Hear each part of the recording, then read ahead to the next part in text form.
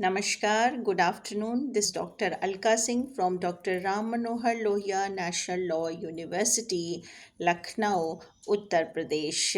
I extend hearty greetings to all the esteemed colleagues, the esteemed chair, all participants, scholars who have hailed together by the organizing committee at Janki Bai Rama Salvi College of Arts, Commerce, Science, Thane, affiliated to University of Mumbai. We all are here as participants, as learners, as speakers who shall be talking about the various approaches and several thematic concerns that shall deliberate on transforming higher education through multidisciplinary approaches under vision of National Education Policy 2020.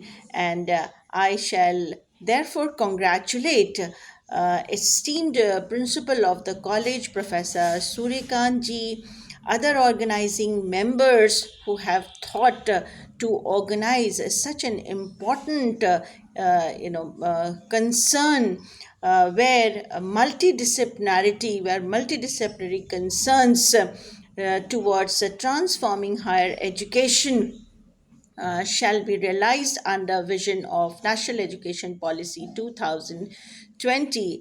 And it is indeed my privilege that the organizing members of this international conference they have given me a space for talking on a subject that lies at the heart of India's educational transformation, where my specific concern is regarding the critical approaches or the several critical approaches to researches in humanities and the way in which National Education Policy 2020 formalizes and strengthens our interdisciplinary understanding. We all have understood and we have known that the humanities have long been, since ages, since time immemorial, since timeless histories or pages of histories, we can say that the umbrella term humanities, under which we study so many and several academic concerns as the custodian of values, culture, and critical thought. But yet, in contemporary knowledge economy, we have seen that there are certain issues, certain concerns, certain approaches under humanities that are often marginalized in favor of technical and professional disciplines.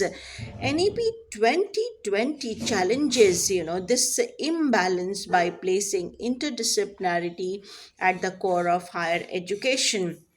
And therefore, in my talk, I tried to explore the critical approaches that humanities research must adopt, specifically when we are talking about the vision of National Education Policy 2020 and cornering our understanding regarding interdisciplinarity, where we may see the fertile grounds to future directions, trends, and modalities that shall shape researches in the upcoming time or in the coming decades.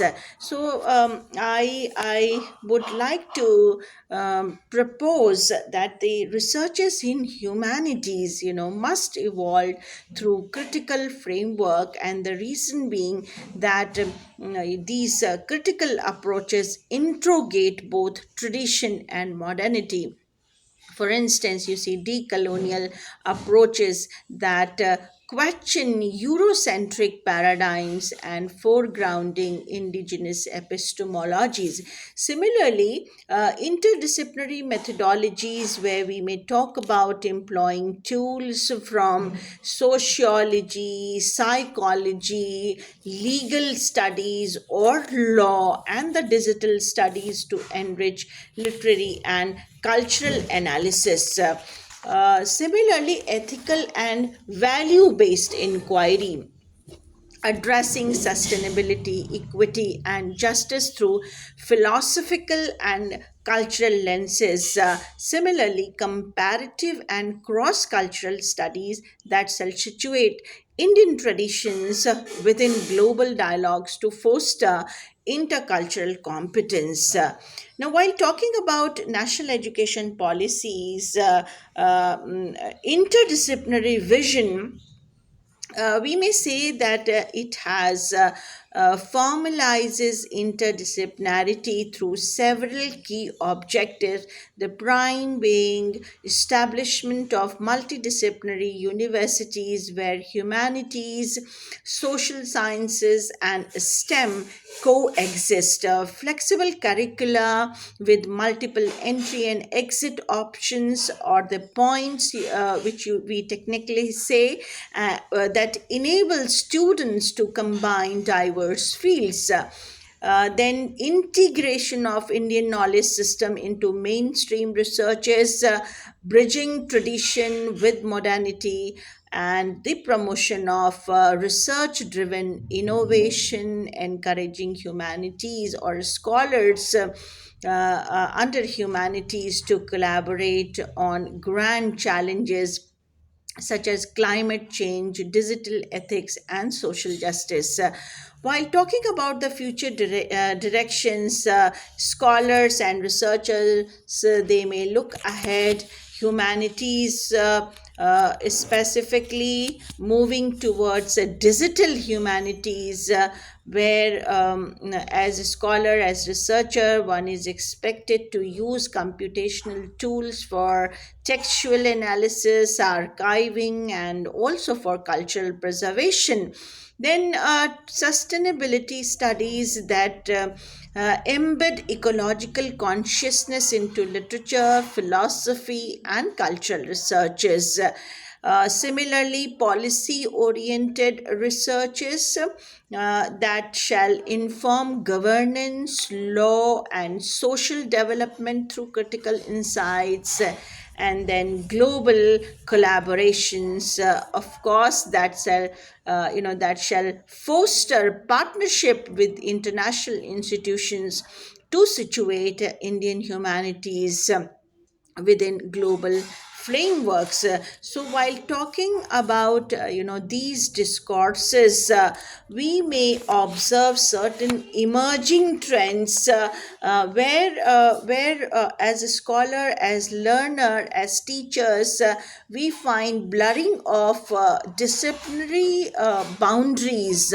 For instance, you see literature that engages the neuroscience, history with the data sciences, philosophy with artificial intelligence. Similarly, community based researches that invite scholars of humanities to work directly with local communities in order to document, preserve, or may follow innovative practices. There lies experiential pedagogies where researches are linked to practice through theater, folklore, oral traditions. And performance studies. While talking about ethics of technology, we may always talk about humanities where important and critical perspectives are offered on AI, biotechnology, and digital governance. Now, we have seen the modalities of implementation as well while talking about these critical approaches in humanities, because, as I said, that my talk is focused on critical approaches to researches in humanities where this has actually formalizes this NEP 2020's interdisciplinary structure and understanding. So, while realizing this vision, certain modalities may be adapted, and the scholars may find themselves adapt in curricular reformation, where embedding interdisciplinary modules across paradigms is something which is very significant and important. Similarly, faculty development, where training educators to mentor students in cross disciplinary researches may be seen as something important to look its side of implementation. While talking about the modalities of implementation, we may talk about institutional restructuring, where creating research clusters and centers of interdisciplinary inquiry is something again which is very important. Then funding and policy support, where it is important to ensure resources for the humanities researches that shall bring equality to the researchers under STEM. And while looking at assessment reformation, we may also discuss and talk about evaluating creativity or critical thinking or social impact rather than just rote outputs. While concluding National Education Policies 2020,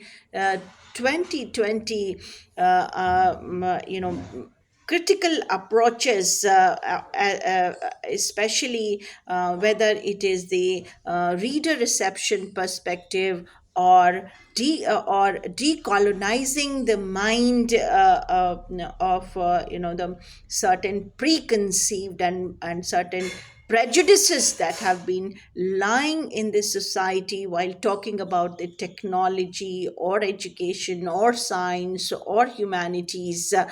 It may be seen as a watershed moment for the researchers in humanities, specifically in India, that has actually formalized interdisciplinarity not as an optional experiment, but I would say as a structural necessity. So the moment you say critical approaches, it is about decolonizing, it is about reader reception, it is about romanticizing the structure, the meaning, the text, and the language, and its role in dimensionalizing the motivation and the guidance while attempting researches in humanities, specifically in the age of digital innovation, sustainability, and global collaboration. So we may observe certain,